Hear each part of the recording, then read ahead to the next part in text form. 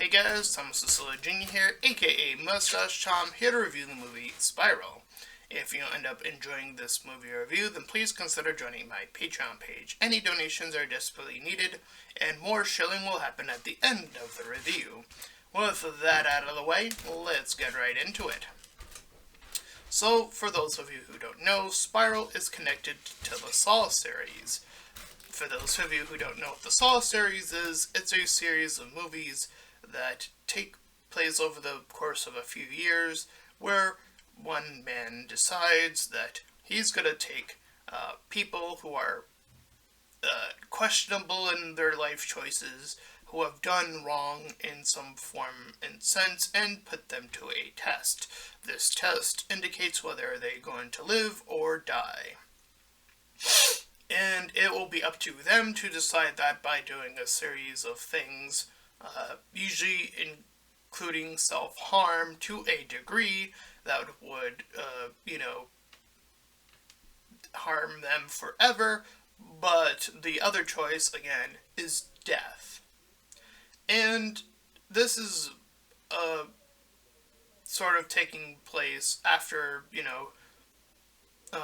Tobin Bell, the person who's been pretty much a part of the majority of Saw movies, is no longer a part of. So it was going to be pretty interesting to see where they were going to take it next, and how they were going to go about continuing this narration and type of story by, going about this.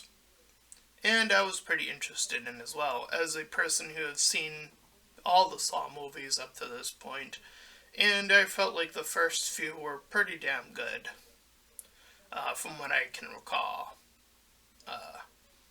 But anyways, let's get into it. Spoilers aho.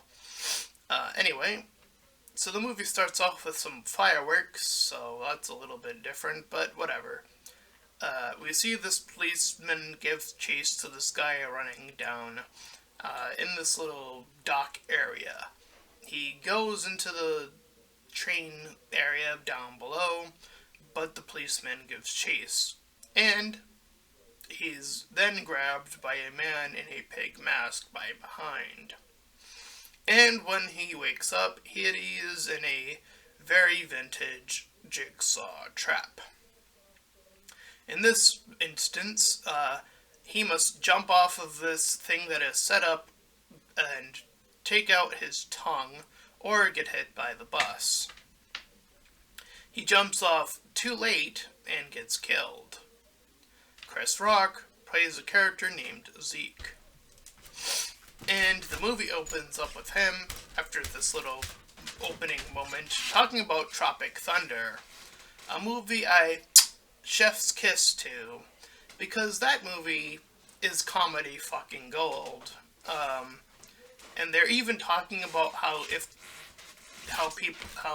we can't even make that movie today because of how the woke crowd is, and I think that's such a nice jab. Thank you, Chris Rock, or whoever wrote this little moment. Thank you for bringing this up. It's such a shame that we can't probably ever have a Tropic Thunder 2, because that movie's fucking amazing. I would probably say it was definitely one of my favorite comedy movies of all time. It's definitely up there. If you have not seen it, and you're not afraid of some offensive humor, I would say definitely check it out. It's definitely worth watching. Anyway, he's a part of this rob crew, and they are doing the rob thing. They run on down, and the police catch them. But it turns out that, again, Zeke is this op-in cop, or a cop that goes undercover and set this whole thing up. He's then introduced to the rookie, named William, or I'll just shorten that to Will for the sake of brevity. So the two of them move in to see the body of the victim that we just saw. Later on, when they return back to the office, he receives a USB um, stick and gets some information, and uh, both of them know it to be related to Jigsaw and think that it to be a Jigsaw copycat. So this is how they're continuing the Jigsaw narrative, is by just simply making it a copycat and not related so much so to the other ones, which I actually think is a little bit refreshing for the sake of continuing the Saw franchise. And still playing to its strengths as well. The typical traps that you see are still all here. And even some of the camera work is very indicative of earlier Saw films by doing the whole flashback thing where it's like it like flashes a bit is the best way I can describe it. Um, Anyways, we hear how Zeke is not a fan of his fellow police officers uh, because of this part that is very, as we'll learn later, him getting pretty much egged on for being a cop that is undercover and has a bit of dirt on his side, the dirty cop sort of thing going on. And he says he's clearly not the only one as well. And he was actually a friend of the guy who just died, as well, as he's indicating here in this little moment. So he demands to be put in the lead of this case, of figuring out who was responsible. So after that, they decide to go question this Baz guy, this former cop, I think, or someone else, or I think it's just one of their friends that knew him, the cop who died. So he returns, I believe, home, and he sees his dad there, played by Samuel L. Jackson. Now, I don't remember, I think Samuel L. Jackson was in one of the Saw movies before, but I don't remember which one. It's been way too long. I do apologize. I thought he was in 2 or 3. I could be going crazy. I don't know. Anyway, I thought he played this guy who got the neck thing, the neck injury. I could be going crazy. I don't know. Anyway, so the team of police officers, after that little moment, meet up, and they're going over what evidence they can find, which is not a lot at this point in time. But some of the police officers, 2 of them in fact, decide that they're going to go investigate further on their own. However, this top bald guy named Fetch is, of course, quickly pig mask jabbed into the next trap. This trap was a little bit harder to describe in terms of what's going on in it. I believe that there are these finger things that it's pulling on his fingers. He's also in this tub of water. I forget what he was supposed to do to get out. I remember the first one, but I don't remember how this guy was supposed to get out. I didn't write it down, so that's why I don't remember it. All I do remember is the visual of it, of the fingers being pulled out and then him being shocked. That's all I remember from that scene. Anyway, so Zeke calls in with Will, and the 2 of them are left onto the scene. And it shows up, and they show up. They grab some info on this little heist potential that they have, I guess is what I can describe it as. They get up to this guy, and they're trying to question him. He has some relation to what's going on, apparently, but more so likely it is another waste of time. This is where they speak to the ex-cop at this point, and the father is gone as well.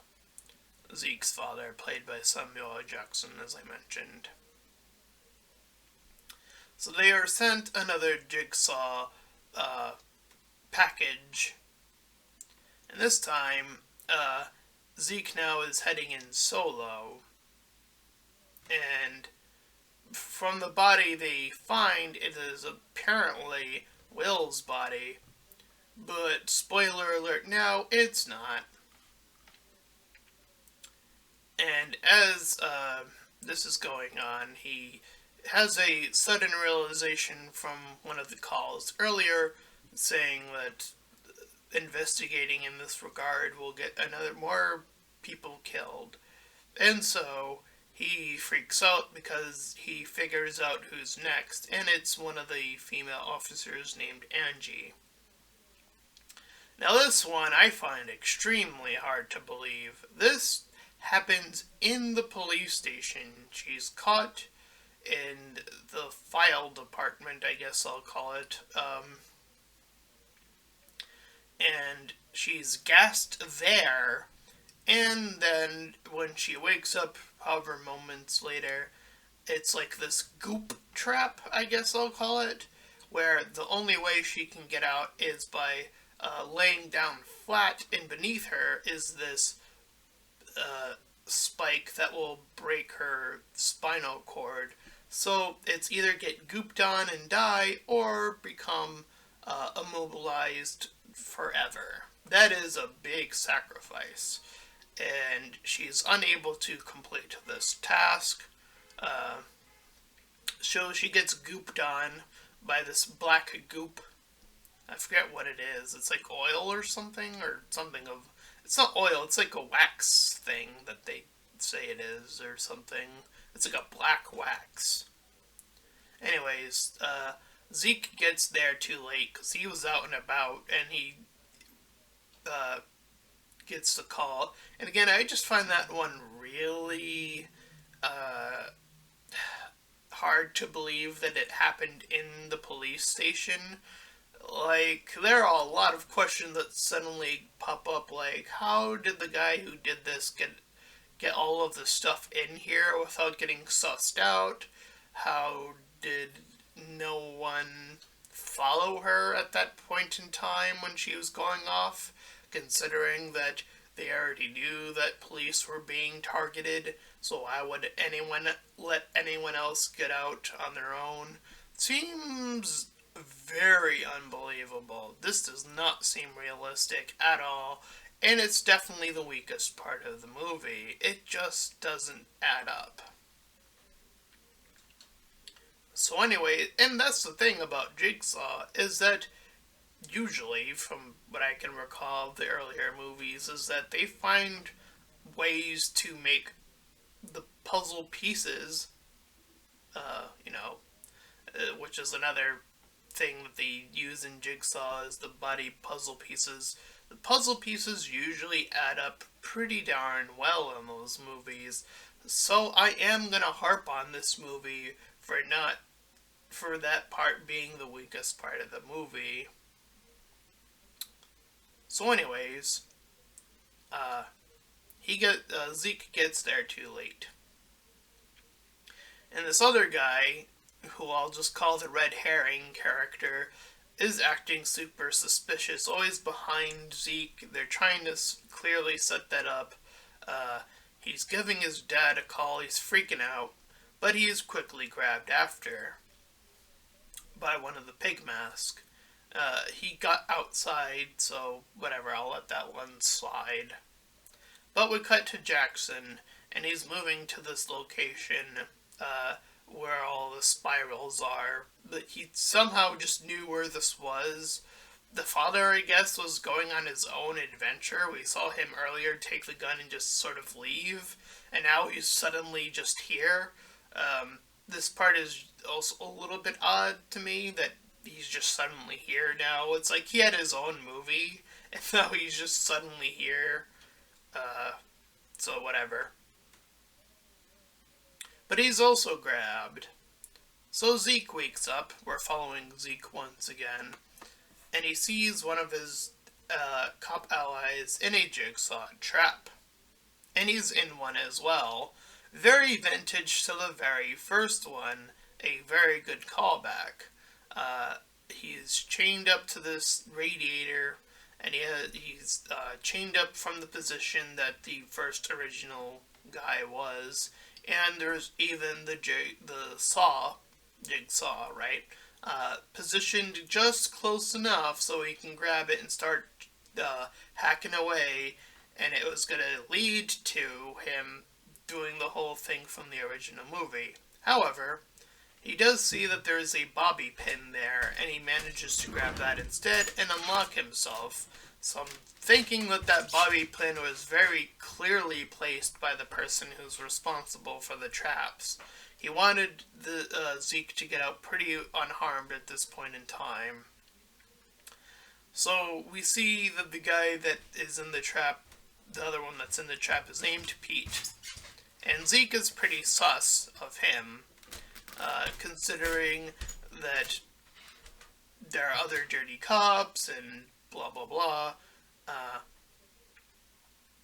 So, as he's suspicious, even though he's currently tied up, which makes me raise an eyebrow to be like, why would you be suspicious of this guy?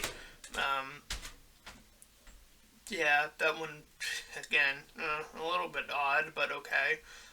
But we see that there's a conveyor belt on the other end, and it's cycling in glass, and it's being shattered into pieces, and the pieces are being sent into this, what I can describe as best as a cannon, I guess.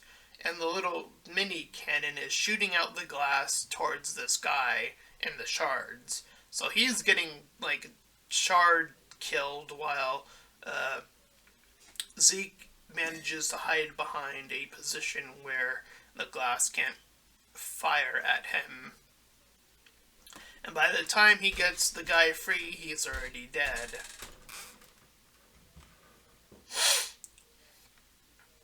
So, he sees Will, the guy, the noob character, and it ends up being that it was Will all along. Ooh.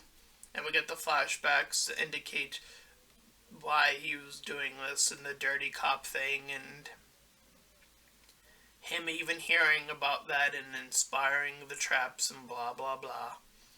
And we see that the father is set up in this trap as well. And Will proposes that he can either shoot him, Will, that being Zeke, can shoot either Will or this target. And the way it's positioned is very Jigsaw. I will give this trap a lot of credit. I would argue it's probably the best trap in the movie. It's really well done. And Will has a two-part to this test, this little game, as the original Jigsaw would like to call these. He can either, again, shoot Will, and he could have shot him even earlier with the one gun that he currently has in his possession, or he can shoot the target, as Will indicates. And while all of that's going on, the police are coming in. He purposely called the police on their way there, Will did. And this is all a part of the trap. He already set up on the opposing side, there's this wall that they have to break through, and on the midpoint of the wall is a contraption that will pick him back, the father back up, if certain things are left unintended, which they are.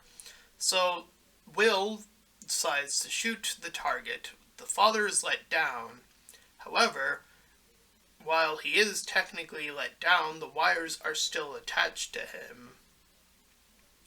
The wires that had him up in the first place are just sprung down. That's the only thing that happened. And the father's telling Will to give chase, and he does. Instead of tending to his father, but that would mean that Will gets to get away. But instead, as I mentioned, uh, Zeke goes after Will, and they're in this little elevator shaft as the police are moving in from the opposing side.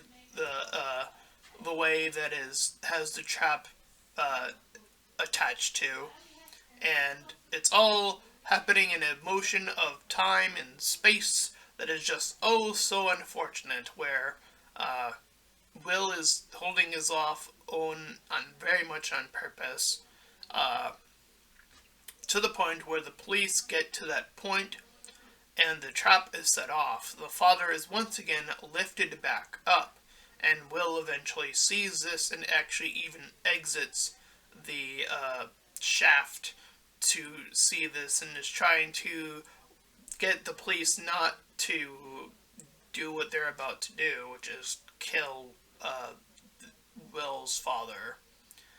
Um, and this is even further indicated when he's pulled up. There are lights behind Will's father, uh, so it looks he's silhouetted from the position that the police are in, and even worse, the trap also has him. The wires have him bring up a gun that is slung out and pointing it at the police. And of course, police would be trained if they are gunned. If gun is pointed at them, they're going to fire, filling a immediate threat. So that is the immediate threat. Is that it looks like from their position that the father is trying to kill them, so they kill him instead. And Zeke sees all of this transpire, and Will manages to get away. He does a little hush thing instead of saying the classic vintage line, game over, and this is a little sweet reminder of the beginning of the movie, or not even the beginning of the movie, but the flashback we see when Will is explaining all of this, how he was related to this guy, that Zeke's partner was a dirty cop who shot Will's father, and when Zeke came in the door and saw Will, he did the hush motion. So Will returns the favor and does the hush movement, returning it to Zeke, and the classic vintage Jigsaw theme plays as that whole setup is happening. So Jigsaw gets to get, the new Jigsaw copycat gets to get away with this little game contraption to a T, and that is actually where the movie ends. And for what it is worth, I think that was pretty good. Of course, as I mentioned, there were weaker parts of the movie. The trap later on, as I mentioned, one of them just didn't add up. All the other ones felt on brand, I suppose is the best way, I can put it. While also being an investigative, trying to find the puzzle pieces, trying to figure out how everything is tied together. All of that seems to fit very neatly within the Jigsaw sort of way, with it being a callback to the original Saw, while trying to continue its legacy and so on and so forth. So, pretty good, I would say. I would probably give this movie a 6 out of 10. Again, I feel like there definitely one trap was so questionable that I would say, oof, that one knocked off a few points. Or even one, so, but yeah, pretty good overall. I would say if you're a fan of Saw, I would say check it out. You'll probably enjoy this, even without Tobin Bell being present. I don't think he needs to be a part of the series anymore. His character has died off. And they do have pictures of him in the movie, so you know, I think he's allowed to be free from these movies, if you will. Um, and I think that's fine. And I think having just it being Jigsaw copycats and Will now being the official Jigsaw copycat, I think that's totally fine. Um, it sort of still captures the essence of what Jigsaw would do. That's kill people that are, who do bad, and these particular characters all dirty cops to a degree. So, I feel like that fits within the Saw universe. This is apparently more based off of a book. It says from the book of Saw. So apparently there's a whole book out there somewhere. Um, I wouldn't be surprised if I don't know who wrote that. I wouldn't be surprised if that was Tobin Bell or someone who knows the series really well did that. Um, but yeah, really enjoyable film. Ended up enjoying it, and if you ended up enjoying this review, then please feel free to like, comment, and subscribe. Also, make sure to check out those links in the description. One will head you over to my Discord server, the second will head you over to my Patreon page. Any donations are desperately needed, and until next time, everyone, bye bye.